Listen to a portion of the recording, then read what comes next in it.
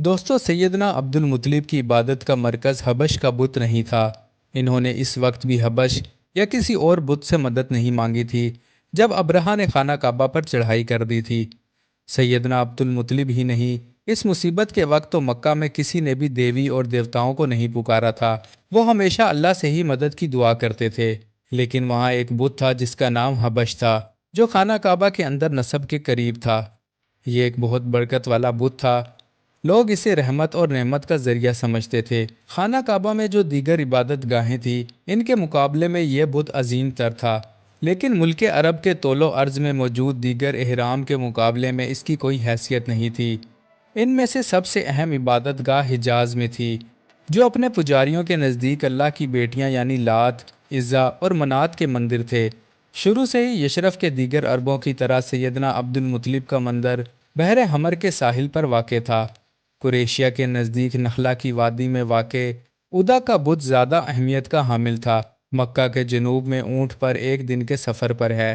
اسی سمت میں ایک دن اور سفر کیا جائے تو زیارت کرنے والا طائف پہنچ سکتا ہے۔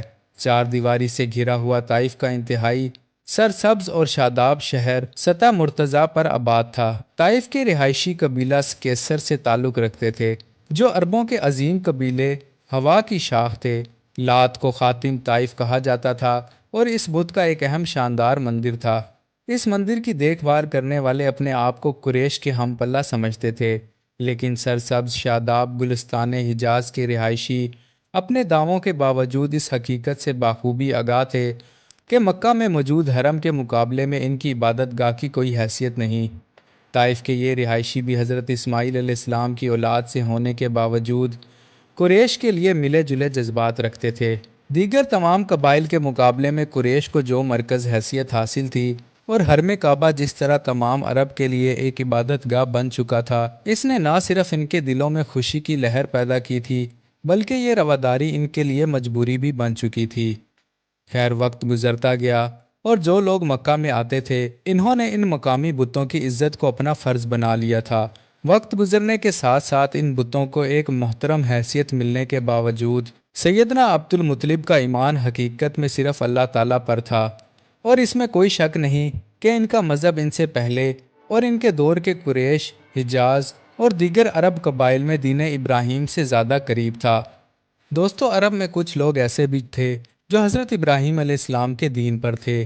صرف یہ وہ لوگ تھے جو اس بات کا پوری طرح شعور رکھتے تھے کہ بت پرستی ایک بری چیز ہے، اور یہ ایک ایسی برائی تھی جس سے بچنے میں ہی نجات تھی۔ اگر تاریخ پر ذرا دور پیچھے نظر ڈالی جائے تو معلوم کرنا مشکل نہیں تھا کہ حبل کا بت بنی اسرائیل کے خود ساختہ بت سے مختلف نہیں تھا، اور مکہ میں ان کی موجودگی کو نہ صرف دین کی بے حرمتی سمجھتے تھے، بلکہ ان لوگوں کو بھی برا سمجھا جاتا تھا جو بت پرستی میں مبتلا ہو چکے تھے۔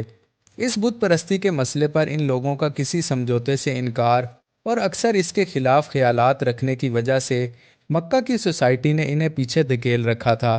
ان کی عزت مخصوص برداشت کی حد تک تھی۔ حضرت عبد المطلب کے عقائد بہت واضح تھے، اور ان کے عقائد کی تصدیق نہ صرف علماء اور نجوم کے ماہرین نے کی تھی، بلکہ نجومیوں اور کاہنوں نے بھی اس کی تصدیق کی تھی۔ جہاں تک یہودیوں کا تعلق تھا تو ان کے لیے بھی یہ عقیدہ یقین دلاتا تھا کہ ایک نبی آنے والا ہے۔ وہ بہت سی نشانیاں جو آپ صلی اللہ علیہ وآلہ وسلم کے آنے سے پہلے ہی بتا دی گئی تھی، وہ سب ظاہر ہو چکی تھی۔ اپنے آپ کو اللہ کی منتخب نسل ہونے کی وجہ سے ان کو یہ یقین تھا کہ آنے والا نبی ان میں سے ہی ہوگا۔ عیسائی، جن میں ورقہ بھی شامل تھے، ان کو یہودیوں کے اس دعوے سے اتفاق نہیں تھا۔ وہ کہتے تھے کہ کوئی وجہ نہیں کہ آنے والا نبی عربوں میں سے ہو۔ حقیقت یہی تھی کہ ایک نبی کی ضرورت یہودیوں کے مقابلے میں عربوں کو زیادہ تھی، کیونکہ یہودی کم از کم حضرت ابراہیم علیہ السلام کے دین کو فالو کر رہے تھے۔ ان کی عبادت کا مرکز اللہ واحد کی ذات تھی، اور ان کے ہاں بت پرستی نہیں تھی۔ عربوں کو ایک نبی کی سوا بت پرستی کی لعنت سے کون چھڑا سکتا تھا؟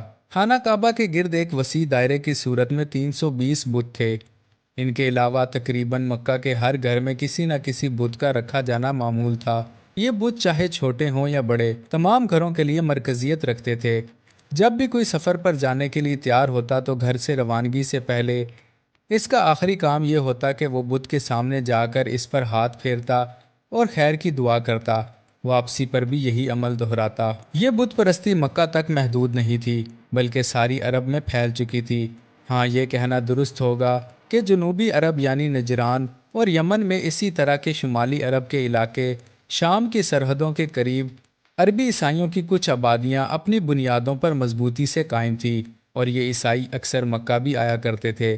ایک عیسائی کو حضرت مریم علیہ السلام اور ان کے بیٹے حضرت عیسیٰ علیہ السلام کی تصویر خانہ کعبہ کی دیوار پر بنانے کی اجازت دی گئی، بلکہ اس کے کام کو باقاعدہ پذیرائی بھی دی گئی۔ لیکن قریش کے لیے اس کی کوئی خاص اہمیت نہیں تھی۔ ان کے لیے سینکڑوں بتوں میں سے ایک اور تصویر کا اضافہ کوئی غیر معمولی بات نہیں تھی۔ بہرحال اپنے قبیلے کے اکثر لوگ دوسرے لوگوں کے مقابلے میں پڑھنے لکھنے سے واقف تھے۔ انہوں نے آسمانی کتابوں کا مطالعہ کیا تھا اور وہ دوسرے مذاہب سے بھی واقف تھے، اس لیے ان میں یہ اہلیت تھی کہ وہ حضرت عیسیٰ علیہ السلام کے وعدوں میں سے ایک وعدہ دیکھ لیں جسے دیکھنے سے دوسرے عیسائی محروم تھے۔ عبداللہ کی قربانی کے بدلے اونٹوں کے فدیے کا مسئلہ طے ہو گیا تو حضرت عبد المطلب نے اپنے فراہم کردہ بیٹے کے لیے ایک لڑکی کی تلاش شروع کر دی۔ اس بارے میں کچھ مشورے اور غور و فکر کے بعد سیدنا آمنہ کو پسند کر لیا گیا۔ وہ وہاب کی بیٹی تھی جو کس کے بھائی زہرہ کے پوتے تھے۔ وہاب خاندان زہرہ کے سردار تھے اور چند سال پہلے ان کی وفات ہو چکی تھی۔ حضرت آمنہ اب اپنے چچا کے سرپرستی میں تھی۔ ان کے چچا کا نام وہی تھا جو بھائی کی وفات کے بعد سردار بن گئے تھے۔ وہی کے پاس بھی ایک بیٹی تھی جس کا نام ہلا تھا۔ یہ بچی بھی شادی کی عمر کو پہنچ چکی تھی۔ حضرت عبد المطلب نے آمنہ سے شادی کا ارادہ کیا تو خود اپنے لیے ہلا کا رشتہ بھی مانگا۔ وہی نے یہ رشتہ بھی قبول کر لیا اور دونوں شادیاں ایک ساتھ ہونے کے لیے تیاریاں شروع ہو گئی۔ شادی کے بعد سیدنا عبد المطلب نے اپنے بیٹے کا ہاتھ اپنے ہاتھ میں لیا اور دونوں بنی زہرہ کی بستی کی طرف روانہ ہو گئے۔ سیدنا عبد المطلب نے اس موقع پر کہا کہ منصوبے کے مطابق دونوں کی شادیاں ہو گئی اور دونوں جوڑے کچھ روز تک وہی کے گھر میں ہی رکیں گے۔ یہ شادی 569 عیسوی میں ہوئی تھی اور اس وقت سے آج تک اس سال کو عام الفیل کہا جاتا ہے، اور یہ سال کئی دیگر واقعات کی وجہ سے ایک یادگار حیثیت بھی رکھتا ہے۔ مزید ویڈیوز کے لیے چینل کو سبسکرائب کریں۔